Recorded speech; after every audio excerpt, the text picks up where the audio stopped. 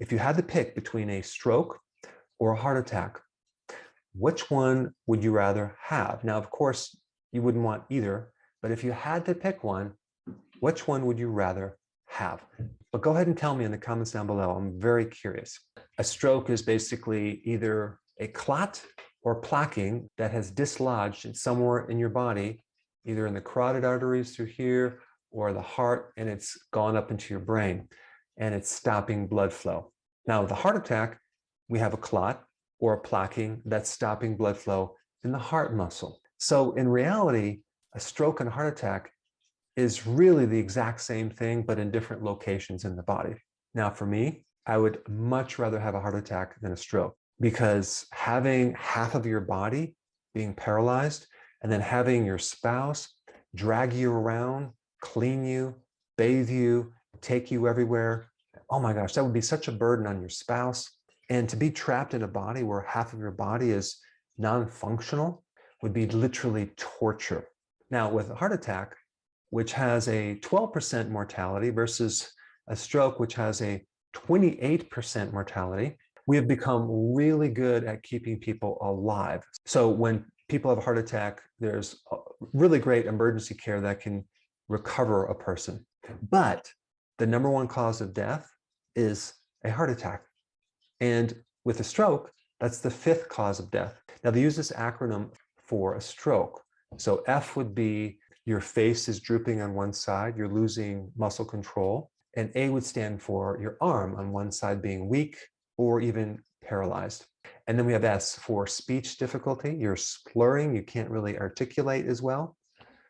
And then you have T for time. There's no time for waste. If someone has a stroke, you want to call 911, get them into the hospital so they can quickly give you a certain medication to dissolve the clot. Usually you have up to 6 hours, but the sooner the better. Now, what's really bizarre about a heart attack is 48% of the US population has a heart problem, and many times they don't even know it. All right, so you can get all these tests done and you can get your arteries scoped, and you should get a test called the CAC.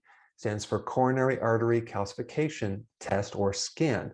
It's a quick test to measure how much calcium is in the artery, and it's one of the best predictors of heart attacks. And obviously, if there's calcium, there's plaquing, and some of that plaque can get dislodged and travel up to your brain. But the underlying mechanism, the root cause for both of these problems is exactly the same, because they both originate in the heart. Well, sometimes a stroke can originate from problems in your carotid arteries in your neck through here. But most of the time, it actually comes from your heart. You have this piece of plaque that dislodges from the heart, goes up to the brain. So the mechanism is this.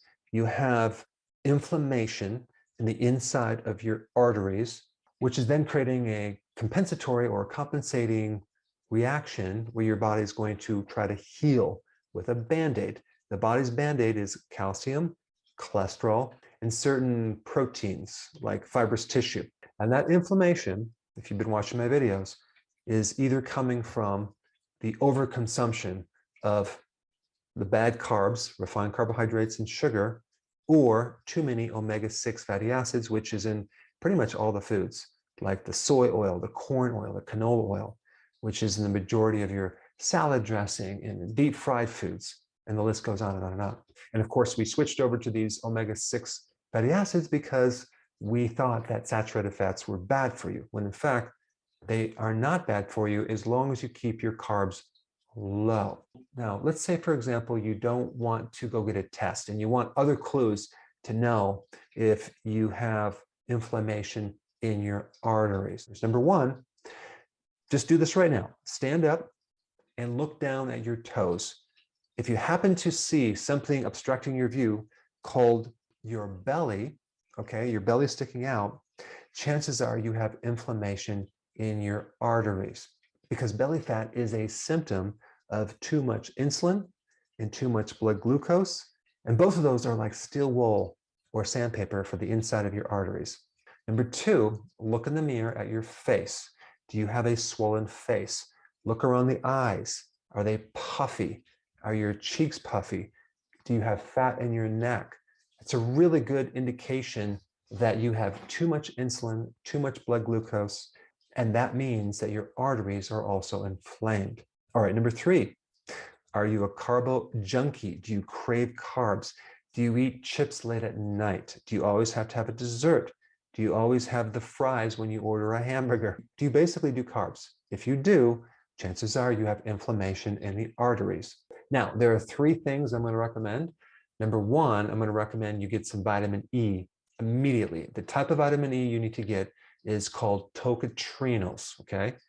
Take about 300 milligrams every single day, and that's going to help reduce the oxidation or the free radicals that's going on in the inside of your arteries. Vitamin E is the absolute best nutrient for the heart. Number 2, you want to lower your carbs, okay? That's called the ketogenic plan. And number 3, and this is actually just as important as number 2, you want to do intermittent fasting. You want to stop the snacking. You want to skip your breakfast, because that will instantly lower the amount of insulin that's being pumped through your body, which I bet anything you've never had that tested. There's a great test to do. It's called HOMA-IR, and they usually are focused on the blood sugars, but they don't check the fasting insulin, which is usually high way before you have high blood glucose. In fact, it's the thing in the background that's pushing your blood sugars down. So when you get your blood sugars checked, they appear to be normal, which in fact, the only reason that they're normal is because the insulin is so high, pushing your blood sugar down. So anyway, comment down below and tell me which condition you would rather have if you're forced to have either. So if you're enjoying my content, which I hope you are, and you're applying this knowledge to your health, and you have a success, I would really appreciate you sharing your success story. So click the link down below to my website where you can upload your success story so you can help inspire others. Before you go real quick, I have a course entitled How to Bulletproof Your Immune System. It's a free course. I want you to take it. And here's why. Here's you. Here is your environment. Everyone is focused on this over here, avoiding your environment. But what about here? What about strengthening your immune system? That's what's missing. This course will show you how to bulletproof yourself, and so you can tolerate and resist your environment much better by strengthening your own immune system. I put a link down in the description right down below. Check it out and get signed up today. Hey, before you go, if you're benefiting from any of my content, I would love to hear about your success story. Please share it in the link down below.